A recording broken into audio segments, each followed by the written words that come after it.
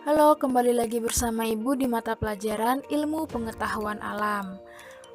Hari ini kita akan masuk di bab 5, materi kalor dan perpindahannya.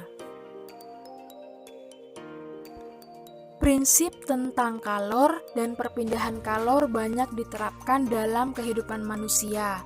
Salah satu penerapannya adalah rice cooker. Jadi, kalor memiliki karakteristik tertentu, seperti mampu menaikkan suhu benda, mengubah wujud zat, dan dapat dipindahkan dari satu benda ke benda lain. Kalor dalam proses pemanasan tentunya membutuhkan kenaikan suhu. Kenaikan suhu tersebut dipengaruhi adanya kalor. Makin lama masakan dipanaskan, tentunya suhu masakan makin tinggi. Makin tinggi suhu benda, makin besar kalor yang digunakan. Kalor akan diterima benda sehingga terjadi kenaikan suhu pada benda. Makin lama pemanasan, kalor yang mengalir banyak. Jadi dapat disimpulkan bahwa kalor adalah energi panas yang berpindah. Kalor merupakan suatu bentuk energi. Satuan kalor dalam SI atau satuan internasional sama dengan satuan energi yaitu joule. Satuan energi lain adalah kalori. Satu kalori adalah banyaknya kalor untuk menaikkan suhu 1 gram air hingga naik 1 derajat Celcius. 1 kalori setara dengan usaha energi potensial sebesar 4,2 joule. Hubungan kalor, massa benda, kalor jenis benda, dan perubahan suhu benda. Suhu adalah ukuran derajat panas suatu benda. Makin tinggi suhu benda, energi panas yang dimiliki makin besar. Banyaknya energi panas yang diperlukan suatu benda juga dipengaruhi massa benda. Makin besar massa benda, energi panas yang diperlukan benda juga makin besar. Jumlah kalor yang diterima atau dilepas oleh suatu zat sebanding dengan massa zat, kalor jenis zat, dan kenaikan atau penurunan suhu zat tersebut.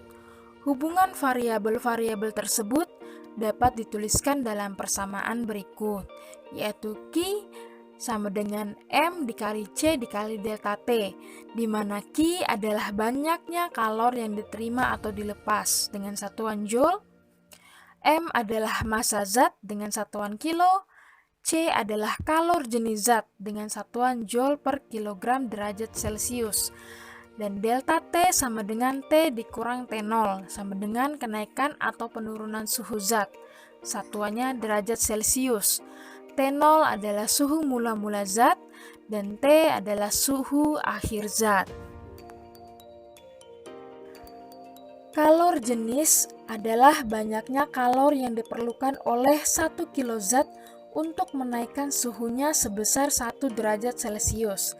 Secara sistematis, kapasitas kalor yaitu C sama dengan Q per delta T. Dan untuk mencari hubungan antara kapasitas dan kalor jenis adalah C sama dengan M dikali C. Kalor dan perubahan wujud benda. Perubahan wujud zat tidak hanya terjadi karena suatu zat menerima atau menyerap kalor. Perubahan wujud zat dapat juga terjadi karena adanya pelepasan kalor dari suatu zat. Perubahan wujud zat antara lain mencair atau melebur dan membeku, menguap dan mengembun, menyublim dan desublimasi, serta perubahan wujud pada air. Nah, jadi Ibu ingin menjelaskan mengenai yang pertama yaitu mencair. Mencair adalah perubahan wujud zat dari padat menjadi cair. Nah, untuk rumusnya sendiri, mencair itu rumusnya Q sama dengan M dikali L, di mana Q adalah banyak kalor untuk melebur atau kalor yang dilepaskan untuk membeku, dan M-nya adalah massa zat yang melebur atau membeku, satuannya kilo. Dan L adalah kalor lebur atau kalor beku, satuannya joule per kilogram.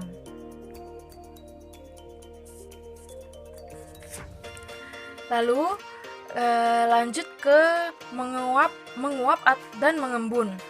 Jadi untuk rumus menguap dan mengembun itu adalah Q sama dengan M dikali U, di mana Q banyaknya kalor untuk menguap atau kalor untuk mengembun, satuannya joule. M adalah massa zat yang menguap atau mengembun, satuannya kilo. Dan U adalah kalor uap atau kalor embun, di mana satuannya joule per kilogram. Oke, kita lanjut ke rumus yang di perubahan wujud pada air. Untuk perubahan wujud pada air kan dapat berwujud pada cair dan gas sesuai dengan suhunya. Nah, di bawah 0 derajat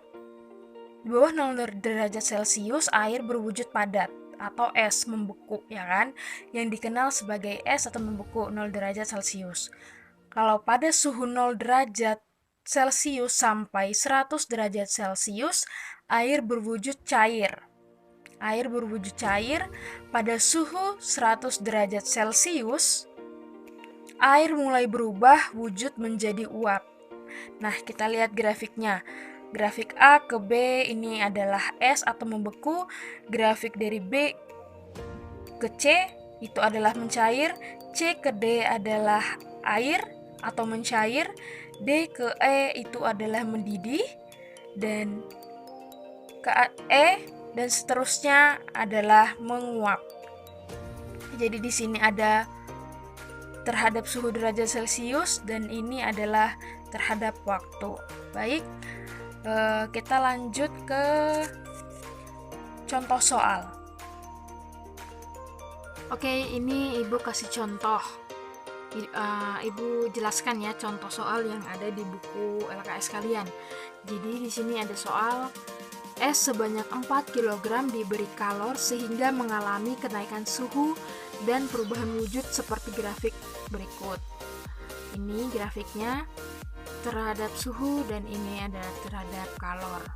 Diketahui kalor jenis es sama dengan 2100 joule per kilogram derajat Celcius. Kalor lebur es sama dengan 336.000 joule per kilo. Dan kalor jenis air sama dengan 4.200 joule per kilogram derajat Celcius. Tentukan banyak kalor yang dibutuhkan pada proses AB, BC, dan CD. Nah, kan sudah diketahui nih M-nya, masanya yaitu adalah 4 kg, ya kan? Nah, ini adalah kalor jenis es. Kalor jenis es atau CS sama dengan 2100 joule per kilogram derajat Celcius. Kalor leburnya adalah 336.000 joule per kilogram. Dan kalor jenis airnya atau C air sama dengan 4.200 joule kilogram derajat Celcius. Yang ditanyakan Q AC. Yang ditanya atau proses AB, BC, dan CD. Nah, perhatikan untuk grafik ini yaitu ini kan A ke B beku atau es, B ke C melebur, C ke D adalah mencair atau air. Jadi Q AB sama dengan M dikali C S dikali delta T AB. Nah, kan yang ditanyakan kan kalor dari A ke B beku kan atau es, itu berarti dia masuk di kalor jenis es. Jadi sudah diketahui 4 kilo kalor jenis esnya 2100 joule per kilogram. Di sini delta T AB-nya 0 ke minus 5 derajat Celcius. Jadi 0 dikurang minus 5 derajat Celcius. Hasilnya 42.000 joule. Selanjutnya ke grafik yang B ke C. Melebur. Jadi masukkan rumus M dikali L. Jadi sama dengan 4 kg dikali 336.000 Joule per kilogram. Joule per kilogram sama dengan 1.344.000 Joule. Oke, sudah dapat ya. Untuk ke grafik C ke D. C ke D, mencair ya. Jadi masukkan kalor jenis airnya.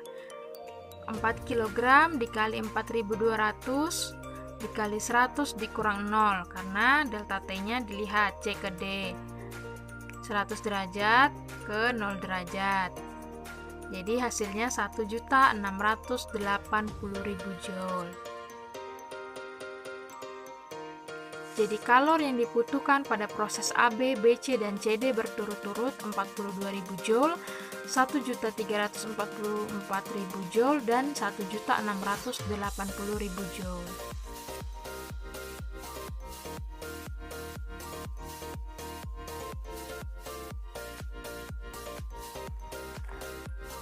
Oke, kita lanjut ke asas Black. Asas Black merupakan banyaknya kalor yang dilepaskan air panas sama dengan banyaknya kalor yang diterima oleh air dingin. Jadi secara sistematis, asas Black dirumuskan sebagai berikut. Banyak kalor yang dilepas sama dengan banyak kalor yang diterima, atau Q lepas sama dengan Q terima. Pengaturan suhu tubuh manusia dan hewan. Manusia merupakan organisme homoioterm atau berdarah panas, yaitu makhluk hidup yang mampu mempertahankan suhu tubuh tetap dan tidak terpengaruh oleh suhu di sekitarnya. Hewan berdarah panas meliputi kelompok aves dan mamalia. Yang pertama, pembentukan panas tubuh. Proses metabolisme dalam tubuh menyebabkan tubuh terasa panas. Panas tubuh ini merupakan hasil samping dari metabolisme. Panas tubuh juga diperoleh dari lingkungan luar apabila suhu lingkungan lebih tinggi daripada suhu tubuh. Yang B, pengeluaran panas. Tubuh kehilangan panas secara kontinu melalui evaporasi. Sekitar 600-900 cc air menguap dari tubuh setiap harinya, sehingga tubuh kehilangan air dan panas. Evaporasi ini tidak dapat dikendalikan karena evaporasi terjadi akibat difusi molekul air secara terus-menerus melalui kulit dan sistem pernapasan.